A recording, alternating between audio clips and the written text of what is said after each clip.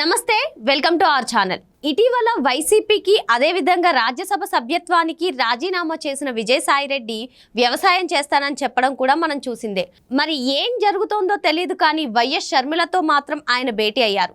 దీనిపై పూర్తిగా విశ్లేషించడానికి మనతో పాటుగా ఉన్నారు సీనియర్ పొలిటికల్ అనలిస్ట్ అరసమల్లి శ్రీనివాస్ గారు. వారిని అడిగి పూర్తి వివరాలు తెలుసుకుందాం. సార్ నమస్తే. నమస్కారం సార్, అన్నను వదిలి చెల్లిని కలుసుకున్నాడు విజయసాయిరెడ్డి. మరి ఏంటి సార్, వీరందరూ కూడా ఒకే గుంపుకు చెందిన వాళ్ళని కొందరు అంటున్నారు, మరి కొందరమ్మో జగన్ కి వెన్నుపోటు పొడిచి వైసీపీని కాంగ్రెస్ లో విలీనం చేయడానికి అని చెప్పి కొందరు అంటున్నారు. దీనిపైన మీ విశ్లేషణ ఏంటి సార్? అసలు అన్నను వదిలి చెల్లి దగ్గర చేరాడంటే ఇప్పుడు ఇక్కడ ఏమై ఉంటుందంటే, విజయసాయిరెడ్డి అన్న వ్యక్తి రాజకీయాలకి అతను అందంగా చార్టెడ్ అకౌంటెంట్, అతను దొంగ లెక్కలు రాయడంలో సిద్ధహస్తుడు.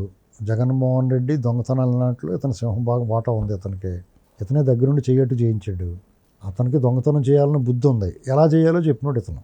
సపోజు ఇతను కన్నం వేస్తాడు గోడకి, ఆ కన్నంలోంచి దూరెళ్ళి తెచ్చుకుంటాడు డబ్బులు. అది వాళ్ళిద్దరు బాండింగ్. అందుకని A1 A2 కింద ఉన్నారు. ఇక షర్మిల ఆవిడ జగన్ మీద ఎంతో కొంత నయ్యం. ఆ ముళ్ళుని తీయడానికి పనికి వచ్చింది కదా, ఈ ముళ్ళు మంచిదంటే ఈ ముళ్ళు కూడా గుచ్చుకుంటుంది చూసుకుంటే ఎప్పుడన్నా. అంచేత ఏదైనా ముళ్ళే, కానీ అది కొంచెం ప్రమాదకరమైన ముళ్ళు, ఇది కొంచెం దాని మీద తక్కువ ప్రమాదకరమైన ముళ్ళు అనమాట. సరే, వాళ్ళ అన్న దగ్గర చెప్పాడు, నేను రాజకీయాలు మానేస్తున్నాను, వ్యవసాయం చేసుకుంటాను అని చెప్పాడు. అది జనాలకి ఎటకారం కింద నేను జనాల మీద పగబట్టాడు. విజయసాయిరెడ్డి శాపం పెట్టాడు ఆంధ్రప్రదేశ్కి. ఏమన్నాడు తెలుసా? 29లో జగన్మోహన్ రెడ్డి ఘన విజయం సాధించాలన్నాడు. అంటే దాని అర్థం ఏంటి? శాపం పెట్టినట్టు అన్నమాట. ఇప్పుడు దీవించరా బాబు అంటే పెళ్లి కొడుకు ముండా అన్నట్టుగానే ఇతను పోతా నువ్వు మళ్ళీ ఆ శాపం ఎందుకు పెట్టడం? నువ్వు నీ పని ఏదో, నువ్వు వ్యవసాయం ఏదో నువ్వు చూసుకుంటా దుంపలు గింపలు పండించుకోకుండా నువ్వు ఎందుకే బాబు మళ్ళీ అతను వస్తాడు, అతను రావాలని కోరుకుంటూ పెట్టింది. సరే, ఆడు మరి అలా కోరుకోపోతే ఆడు ఏమంటాడో మరి తెలియదు. బాత్రూమ్ గట్ట వెళ్తాను భయం అతను ఉండగానే. ఇతని ఇంట్లో ఇతను వెళ్ళినా కానీ ఇప్పుడు వివేకానంద రెడ్డి గారు ఆయన ఇంట్లో కదా ఆయన చంపేశారు. అలాగే ఈయన ఇంట్లో ఈయన వెళ్ళడానికి కూడా భయం వేద్దాయి. ఇతనికన్నా ముందెళ్ళి కూర్చుంటారు వాళ్ళు, పైకి పంపించేసి వాళ్ళు. కాబట్టి ఘటన సమర్థులు అంటారు, ఏమైనా చేయగలిగిన సమర్థులు వాళ్ళు. వాళ్ళ గ్యాంగ్లు అలాంటివి ఉంటాయి.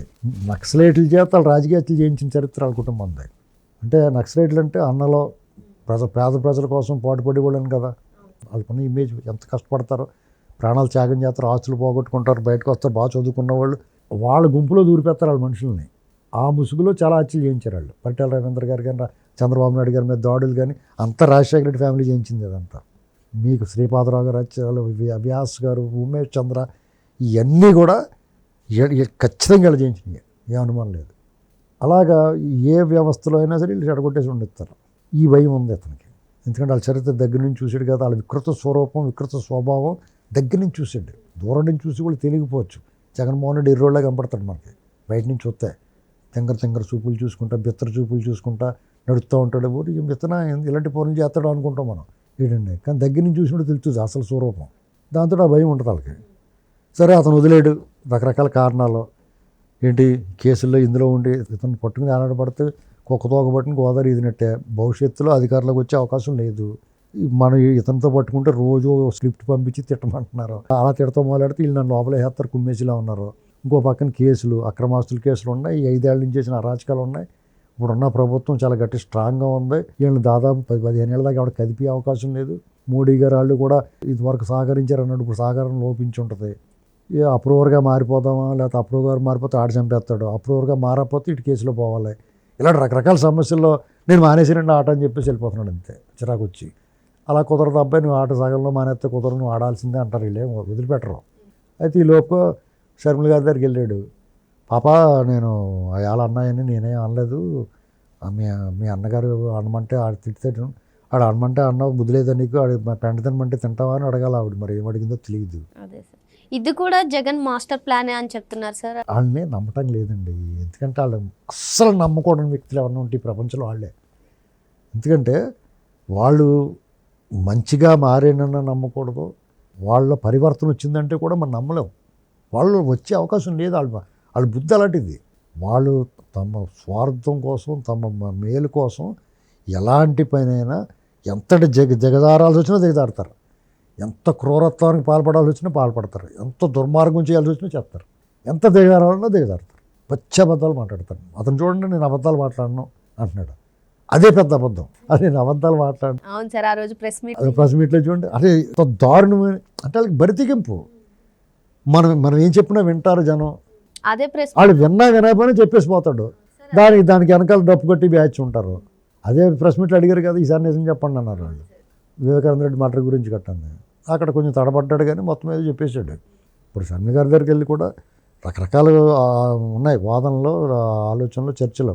ఏంటంటే ఇద్దరి మధ్య సెటిల్మెంట్కి, రాజీకి, లేదా బాబు మీ అన్న వదిలేహే, నువ్వు ఏదన్నా నాకు హెల్ప్ చేయగలిగితే చేయి, నువ్వు కూడా జాగ్రత్తగా ఉండు, నీ కార్ టైర్లు అయిపోయి వెళ్ళిపోతాయి ఒకేసారి చూసుకో అని చెప్పి ఇలాంటివి కూడా సూచనలు చేసి ఉండొచ్చు. లేదా కాంప్రమైజ్కి ప్రయత్నం చేసి ఉండొచ్చు. లేదా కాంగ్రెస్లోకి ఎప్పుడన్నా భవిష్యత్తులో యూపీఏ గవర్నమెంట్ వస్తే నన్ను చూసుకోకుండా జాగ్రత్తగా నీకు ఏం కావాలి హెల్ప్ చేసి ఏదన్నా మాట్లాడి ఉండొచ్చు. ఫైనల్గా మనం బయటకు వచ్చింది ఏంటంటే సారీ పాప, నిన్ను మీ అన్న తిట్టమంటే తిట్టాను అనేటువంటిది బయటకు వచ్చింది. ఎవడో దగ్గరుండి చూడదు కదా, ఎవడో కూడా అంచనా. ఏమైనా అస్సలు నమ్మకూడని వ్యక్తి ఎవరు అంటే విజయసాయిరెడ్డి, జగన్మోహన్ రెడ్డి వాళ్ళ గ్యాంగు. వాళ్ళ మీద షర్మిల గారి మీద ఎందుకు సాఫ్ట్ కార్నర్ ఉంటుందంటే మాలాంటి వాళ్ళకి జగన్మోహన్ రెడ్డి మీద ఆవిడ కూడా పోరాడింది, ఆవిడ కూడా ప్రశ్నించింది, వాళ్ళకి ప్రశ్నిస్తుంది. అతని అరాచకాలని ఏమాత్రం భేషజం లేకుండా, మొహమాటం లేకుండా నిలదీసింది. అలాగే వాళ్ళ చెల్లెలు సునీత గారికి అండగా నిలబడింది. వాళ్ళ బాబాయ్ మర్డర్ కేసు గురించి నువ్వే చేయించావు అనేటువంటిది పాయింట్ వేలు చూపించి మాట్లాడుతుంది. కాబట్టి ఆ మాత్రం ధైర్యంగా మాట్లాడగలుగుతుంది. ఆవిడ ఏ కారణం, ఆస్తుల విషయంలో గొడవ వచ్చిందా, లేకపోతే అధికార పంపిణీలో గొడవ వచ్చింది, ఏదైనా కారణం ఉండే తప్పుని ఎత్తి చూపిస్తుంది. కాబట్టి మనం తప్పుని ఎత్తి చూపించినప్పుడు ఆవిడ పట్ల కొంత సానుకూలంగా మాట్లాడకపోయినా ఆవిడకి మద్దతు ఇవ్వాలి, ఆవిడ ఎలాంటిదైనా. మొత్తానికి ఆ గ్యాంగ్లో, వైఎస్ గ్యాంగ్లో ఉంది కాబట్టి కొంచెం మనం అనుమానాలు, కానీ ఆవిడ చాలా బెటర్ అనిపిస్తుంది నాకైతే పర్సనల్గా. విజయసాయిరెడ్డి ఇలాంటి మళ్ళీ వెళ్ళి కలుషితం చేసేయకుండా ఇలాంటి మళ్ళీ కలుపుకుని ఆవిడ పాడైపోకూడదు. ఆవిడ ఎంత దూరంలో ఉంచాలో అంత దూరంలో ఉంచాలి. ఆవిడకి ప్రజల నుంచి ఇవ్వాలి కాబట్టి రేపన్నా మద్దతు వస్తుంది. ఆవిడ పర్ఫెక్ట్గా ఉంటే వాళ్ళన్న ఆ బాటను విడిచి రావాలి. మళ్ళీ పొరపాటును కూడా రాజన్న రాజ్యం తెత్తం కట్టాలనకూడదు. ఎందుకంటే రాజన్న రాజ్యం చూసాం కదా, ఆవిడ మళ్ళీ ఒరిజినల్గా వెళ్ళిపోయి కాంగ్రెస్ వాళ్ళకి ఇందిరమ్మ రాజ్యం ఇలాంటివి మాట్లాడుకుంటే బెటర్. ఇవ్వాలి కాబట్టి రేపన్న పని జరుగుద్ది. వీళ్ళ భేటీకి అంత ప్రాముఖ్యత ఏమీ లేదండి. చర్చలు జరుగుతాయి. అతను వచ్చి సారీ చెప్పుకుని ఉండొచ్చు, లేదంటే ఆస్తి సెటిల్మెంటు పోతా నువ్వు ఎలాగ పోతున్నావు కదా సెటిల్మెంట్ చేసి పోరా అని చెప్పి ఉండొచ్చు జగన్మోహన్ రెడ్డి. ఏదైనా ఉండొచ్చు, ఏదైనా కానీ ప్రజలకు అసలు అవసరం లేని పని అది. వాళ్ళ ఇంట్లో గొడవ, వాళ్ళు గోళాలు పడతారు. మరి వాళ్ళ భేటీ అయితే ప్రజలకు అవసరం లేదని చెప్పి, అందులో అంత ప్రాముఖ్యత లేదని చెప్పి సార్ చెప్తున్నారు. Thank you sir.